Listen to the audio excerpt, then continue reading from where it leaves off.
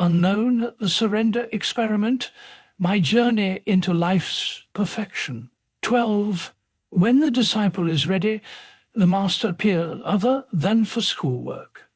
Reading books had never played a major role in my life, but just as 3 pillars of Zen had shown up exactly when I was ready for it. So another book had found its way to me just before I moved into my house. It was given to me by Bob Merrill, a friend of mine who, like me, was very much into yoga and meditation.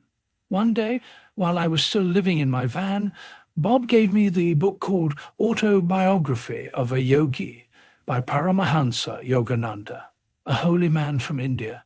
I remember trying to start this book the evening Bob had given it to me, but after a few pages I had to put it down.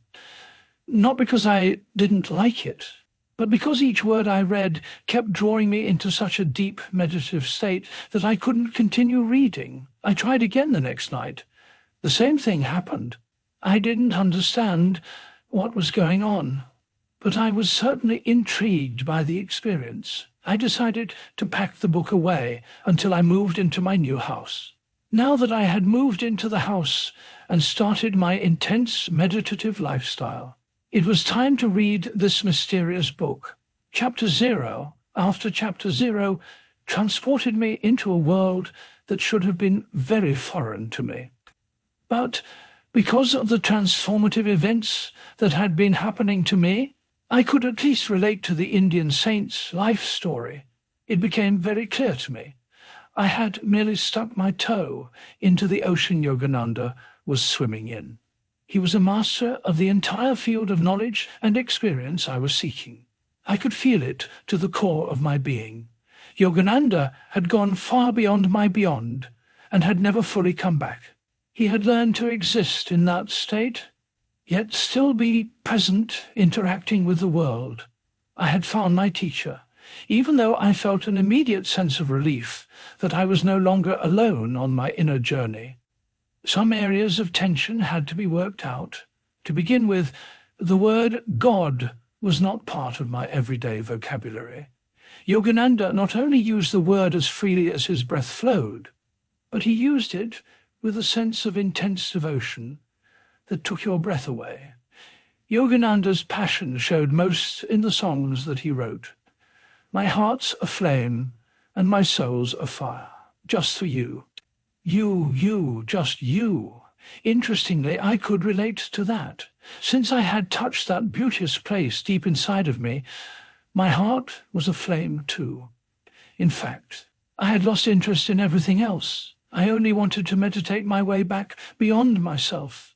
I could relate to God as associated with that place hidden deep inside of me.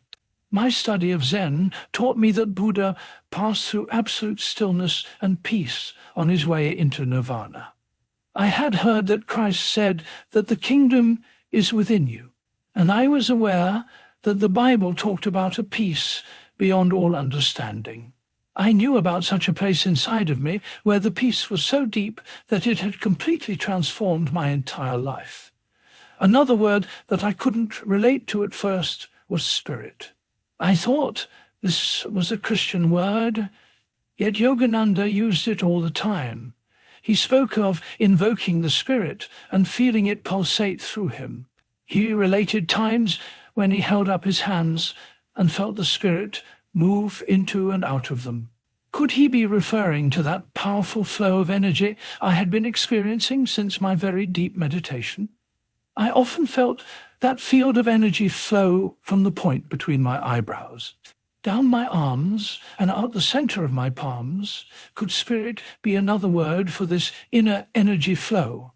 And could that focal point between my eyebrows be the location of what Yogananda kept calling the third eye or spiritual eye? More and more, I began to realize that I could personally relate to Yogananda's teachings.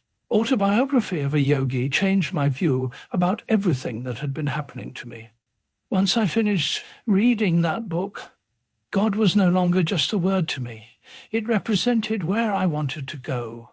I had begun this journey by wanting to know who I was, who was watching the mental voice.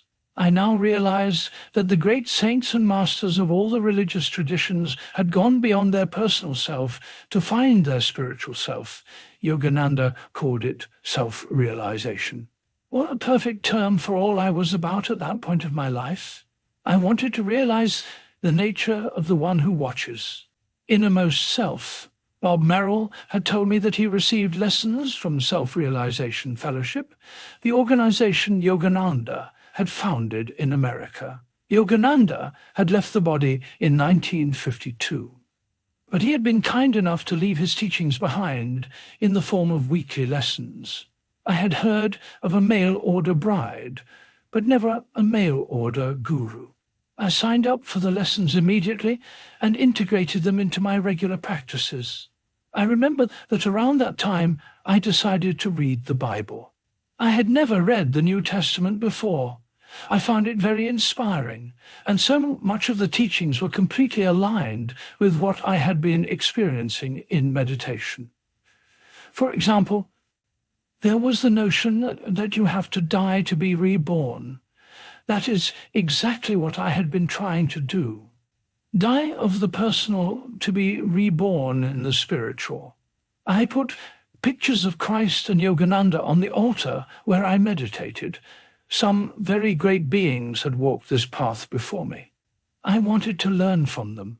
I was just starting to realize that I couldn't walk the path alone. I needed some help.